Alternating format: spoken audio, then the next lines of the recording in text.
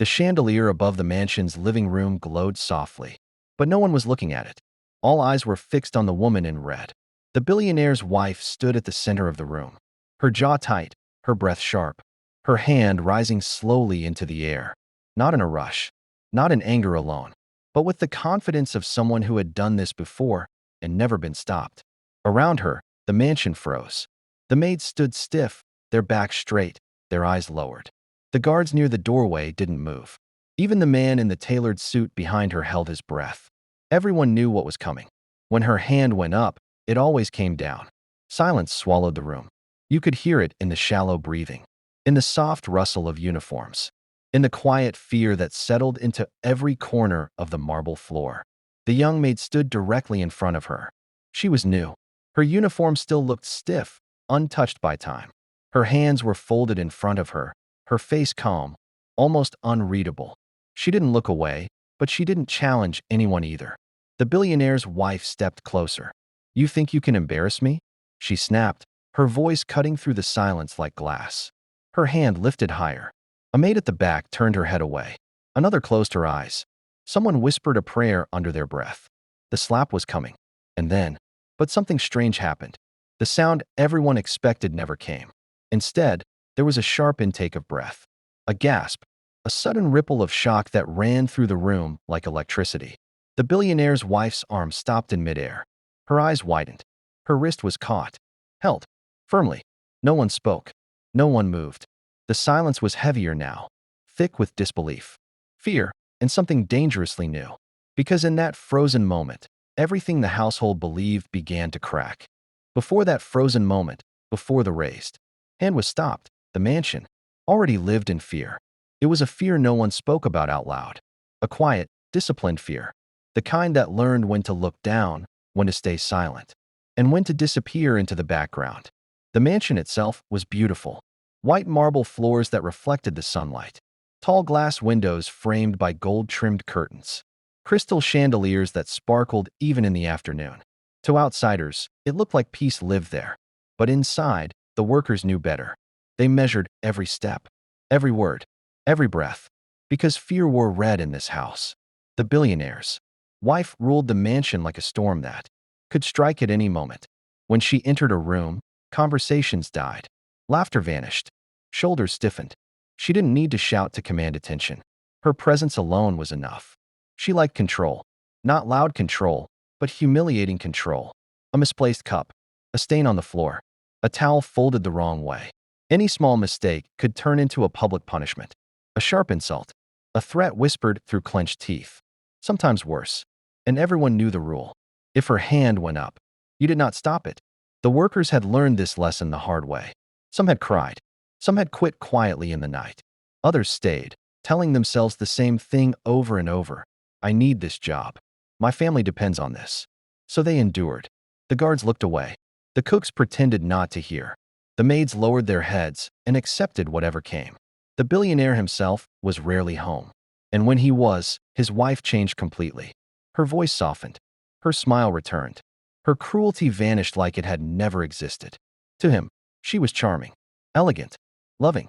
To everyone else, she was feared. Then, one Monday morning, the front gate opened again. A new maid arrived. She was young, not fragile, but not loud either. Her uniform was freshly pressed, her shoes clean but worn. She stood straight as she was introduced, hands folded neatly in front of her. Her name was whispered among the staff, but her presence barely caused a ripple. Another one, some thought. She won't last. The older maids pulled her aside quietly. Their voices were low, urgent. Stay out of her way. Don't answer back. If she's angry, just accept it. The new maid nodded politely. She thanked them. She listened. But she didn't look afraid. Not arrogant. Not defiant. Just steady. She worked quietly that day. Cleaned without complaint. Followed instructions carefully. She didn't draw attention to herself, and for a while, it seemed like she might pass unnoticed. But fear notices everything. By the second day, the billionaire's wife had already seen her. She watched the new maid closely. The way she stood. The way she moved. The way she didn't flinch when spoken to sharply. It was subtle, but something about it irritated her. People like her noticed when others didn't bend fast enough. The atmosphere in the mansion tightened. Whispers spread again. Be careful. She's watching you. The new maid heard them, but she didn't respond. She kept working, kept her head high, not in pride, but in quiet dignity. By the third day, the house felt heavier. The workers sensed it the way animals sense a coming storm. Shorter tempers, faster footsteps, doors closing harder than usual. And somewhere in the mansion, something small went missing. No one knew it yet, but fear was about to demand another victim. And this time, the rules everyone lived by were about to be tested. Because no one in that house understood one dangerous truth. Fear only survives when no one dares to stop it. Fear in the mansion did not arrive suddenly. It was built slowly, carefully, day after day, until it became part of the walls. Weeks before the new maid ever stepped through the front gate, the billionaire's wife had already established her rule, not through shouting matches or public scandals, but through moments that were small, enough to be ignored by outsiders and devastating, enough to be remembered by those inside. A cup placed an inch too close to the table's edge, a bedsheet folded the wrong way, a pause that lasted half a second too long when she gave an order. Each mistake was an excuse. And when she chose someone, she never did it quietly. She preferred witnesses. The living room was her favorite place. Wide, open, impossible to escape from. She would call a maid forward, her heels clicking against the marble, her voice calm but sharp. Do you think this is acceptable? The question was never real. The answer never mattered. Sometimes it ended with insults, words meant to shrink a person, to strip them of dignity piece by piece. Other times, it ended with her hand rising, her expression cold, her lips pressed together in irritation. The workers learned quickly. If her hand went up, you stood still. You did not block it. You did not step back. You did not raise your eyes. Those who tried once never tried again. The guards pretended to adjust their uniforms. The cooks stayed behind closed doors. The other maids stared at the floor, memorizing the pattern in the marble so they wouldn't have to watch. And when it was over, no one spoke about it, because speaking about it made it real. To the outside world, none of this existed. When the billionaire hosted guests, his wife transformed. She laughed easily, complimented people warmly, held charity events, spoke about kindness and respect as if they were virtues she lived by. The guests admired her. The staff watched silently. They knew the difference between a mask and a face. The billionaire himself rarely saw the cracks. He traveled often. Meetings, deals, conferences. And when he was home, she made sure the house felt calm. Orders were whispered instead of shouted. Punishments were postponed. She was careful around him. Too careful. That was why fear had room to grow.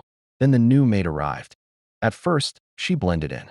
She followed instructions closely, cleaned thoroughly, kept her voice low. No one noticed anything unusual, except that she didn't shrink. When spoken to harshly, she answered politely but clearly. When ordered to redo a task, she did it without trembling hands. She didn't rush and panic or apologize excessively. To the other workers, it was subtle. To the billionaire's wife, it was obvious. She began to watch the new maid more closely. Her eyes followed her movements. Her gaze lingered longer than necessary. She corrected her more often, even when nothing was wrong. The tension thickened. The older maids tried again to warn her. One whispered near the laundry room, "Please, when she speaks, just lower your head." Another added quietly, "If she's angry, don't stand out." The new maid listened. She nodded. She thanked them. But later that night, alone in the small staff quarters, she sat on her bed and stared at her folded hands. She thought about home, about the job she needed, about the respect she deserved. She wasn't looking for trouble, but she wasn't prepared to become invisible either. The second day passed with strained silence. On the third morning, the atmosphere changed. It started with shouting. The billionaire's wife stormed into the living room, her voice echoing off the walls. "My bracelet," she snapped. "Where is it?" The staff froze. No one answered. She accused the cleaners first, then the maids. Her voice rose with every step she took across the room. "Someone touched my things," she said sharply. "I want to know who." Fear spread fast. Workers stepped back, eyes lowered, hearts raced. Everyone knew what came next when she didn't get answers. Then her gaze landed on the new maid. The room seemed to tighten around that single moment. "You," she said, pointing. "Come here." The new maid stepped forward slowly. Her footsteps sounded louder than they should have. "Did you touch my bracelet?" The billionaire's wife demanded, her voice low and dangerous. "No," "Ma'am." The maid replied softly. That was it. The air shifted. The billionaire's wife's expression hardened. Her jaw clenched. Her shoulders straightened. "You dare speak back to me?" The workers looked away instantly. Some closed their eyes. Others held their breath. They had seen this before. Her hand began to rise. And in that moment, right before fear completed its ritual, something inside the house began to break. Because for the first time, fear was about to meet resistance. And no one knew what would happen next. The billionaire's wife had raised her hand hundreds of times before. It was a gesture the household understood without explanation.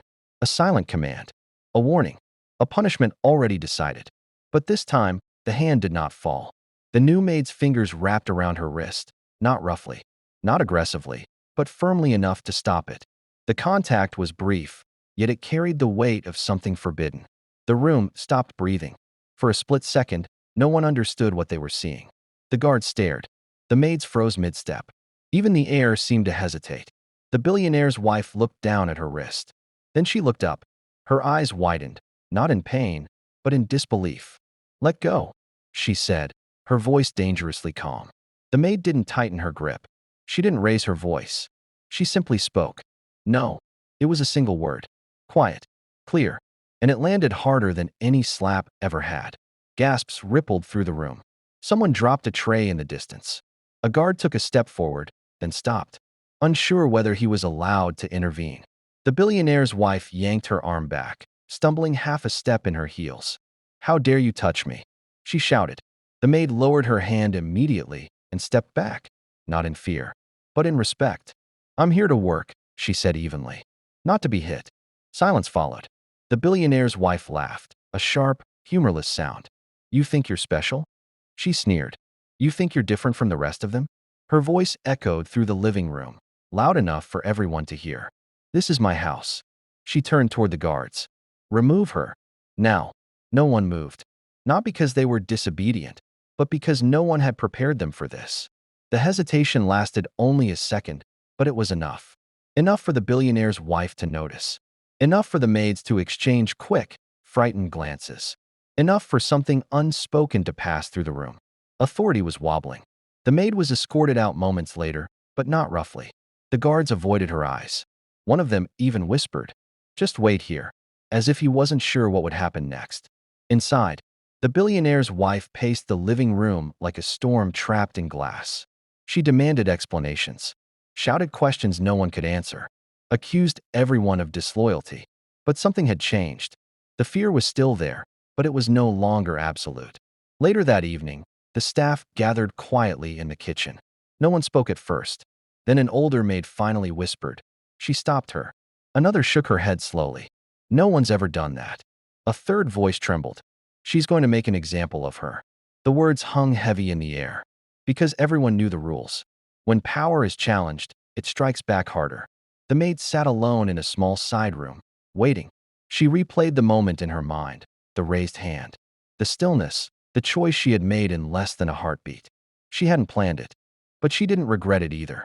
She thought of her mother's voice, long ago, telling her, "If you accept cruelty once, it becomes your language." Footsteps approached. The door opened. The billionaire stood there. He had returned earlier than expected. His expression was unreadable. "Walk with me," he said quietly. They moved through the hallway together, the house unusually silent around them. He didn't raise his voice, didn't accuse her, didn't defend his wife. Instead, he asked a question that surprised her. "Is it true?" he said. "Did my wife try to hit you?" The maid stopped walking. She turned to face him. "Yes," she replied. He nodded once, slowly. "I see," he said. But his eyes flickered, not with shock, but with recognition, as if a missing piece had finally fallen into place. That night, the billionaire's wife was furious. She accused the maid of lying, of manipulation, of trying to ruin her reputation. But the billionaire listened. And the more she spoke, the more cracks appeared. Her story shifted. Her tone sharpened. Her control slipped. The next morning, the house woke up differently. No shouting, no commands, no public punishments. The billionaire's wife stayed in her room. Whispers spread fast. Some said the maid would be fired quietly. Others said she'd be blamed and removed before sunset. But instead, a meeting was called. All staff were asked to gather. The maid stood at the back, heart steady but heavy. The billionaire stepped forward. "I want to be clear," he said. "No one in this house is to be harmed. Ever." His eyes moved briefly toward his wife. "If there are concerns," he continued, "they will be handled properly." The room was silent. Hope crept in, small, fragile, uncertain. But the billionaire's wife was watching. And behind her calm expression, something darker was forming. Because this wasn't over. It was only the first crack. And when power starts to break, it doesn't go quietly. The house looked calm the next morning. Too calm. Sunlight poured through the tall windows. The marble floors shone as if nothing had happened. Breakfast was prepared on time. Doors opened and closed softly. But beneath that calm, something was rotting. The billionaire's wife did not come down for breakfast, or lunch, or tea. That alone was enough to make the staff uneasy. When she finally emerged in the late afternoon, she was dressed perfectly, hairstyled, makeup flawless, a soft smile on her lips, the same smile she wore in public. But her eyes were sharp, cold. She moved through the living room slowly, deliberately, as if reclaiming territory that had briefly slipped from her control. The workers straightened instantly. Fear, familiar and automatic, rushed back into their bodies. She stopped in front of the new maid. "So," she said calmly, loud enough for everyone to hear, "you enjoy playing the victim now?" The maid met her gaze, steady but respectful. "I only want to do my job," she replied. The smile on the woman's face twitched. The room held its breath. The billionaire stepped forward.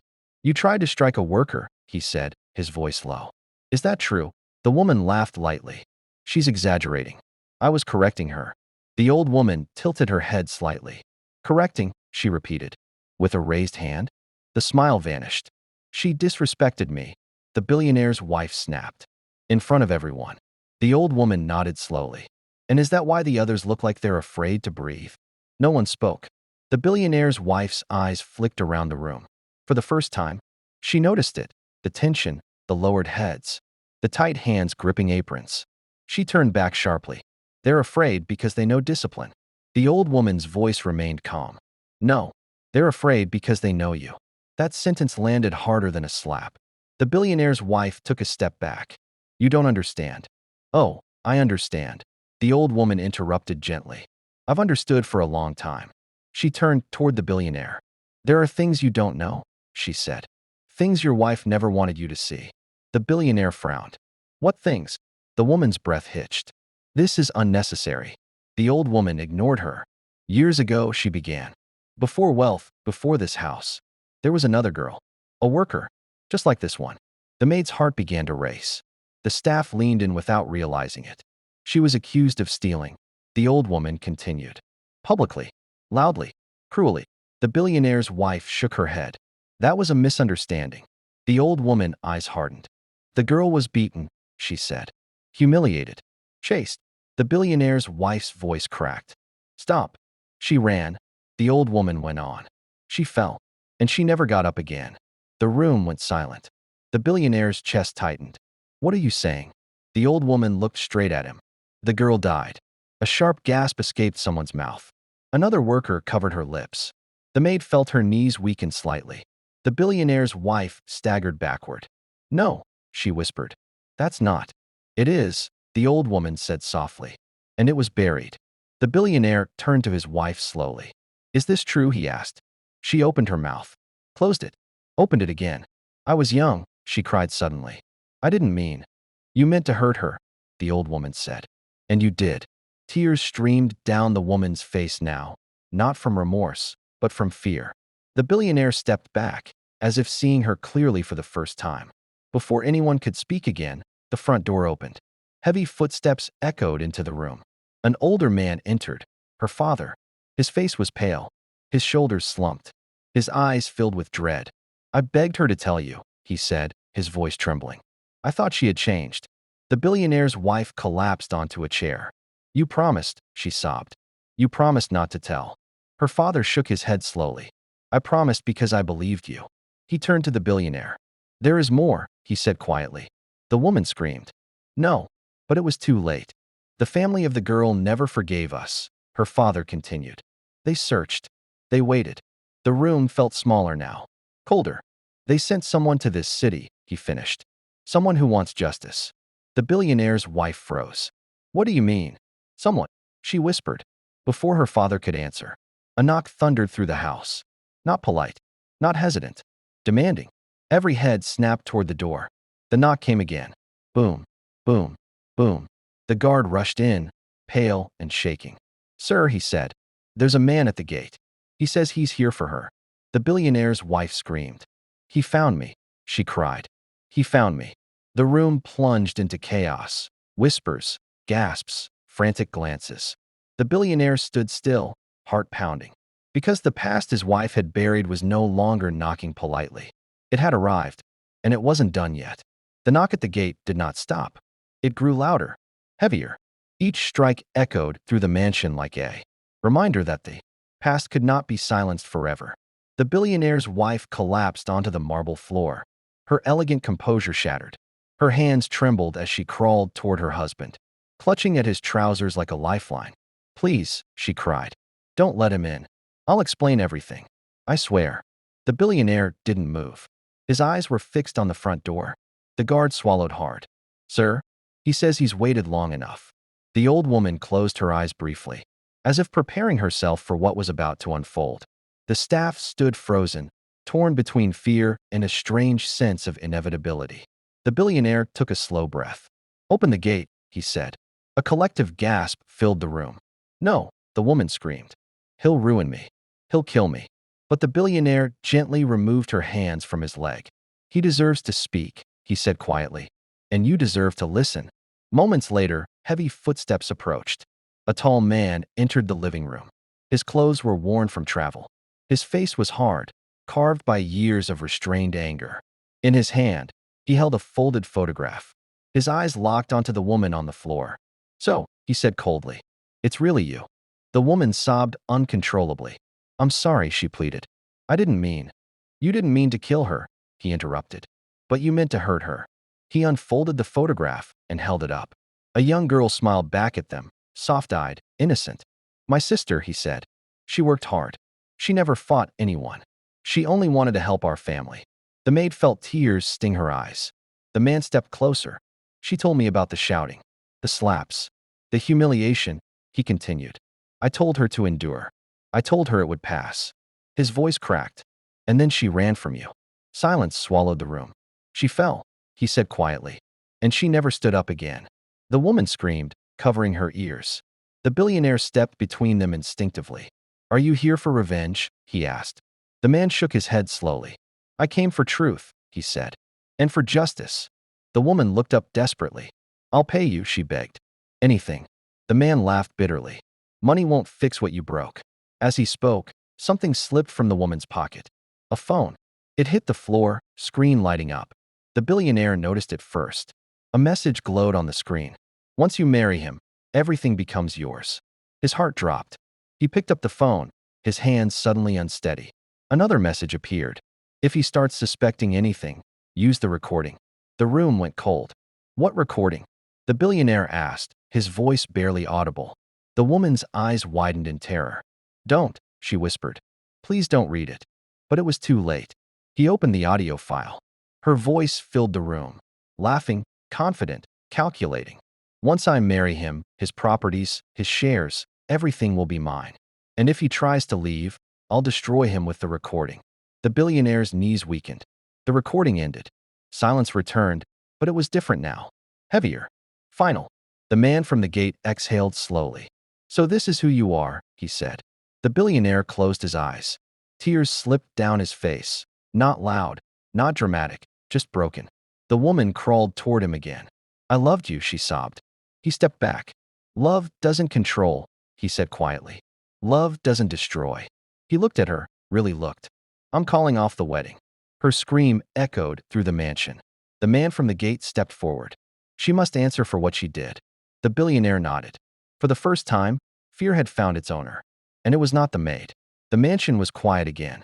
Not the fearful silence that once ruled its halls, but a deep, exhausted stillness, like a storm that had finally passed. The guards moved carefully as they lifted the billionaire's wife from the floor. She didn't resist. Her strength was gone now, replaced by trembling sobs and hollow breaths. As she was escorted toward the door, She looked back one last time, her eyes searching for something. Mercy, perhaps, or denial. But what she found was truth.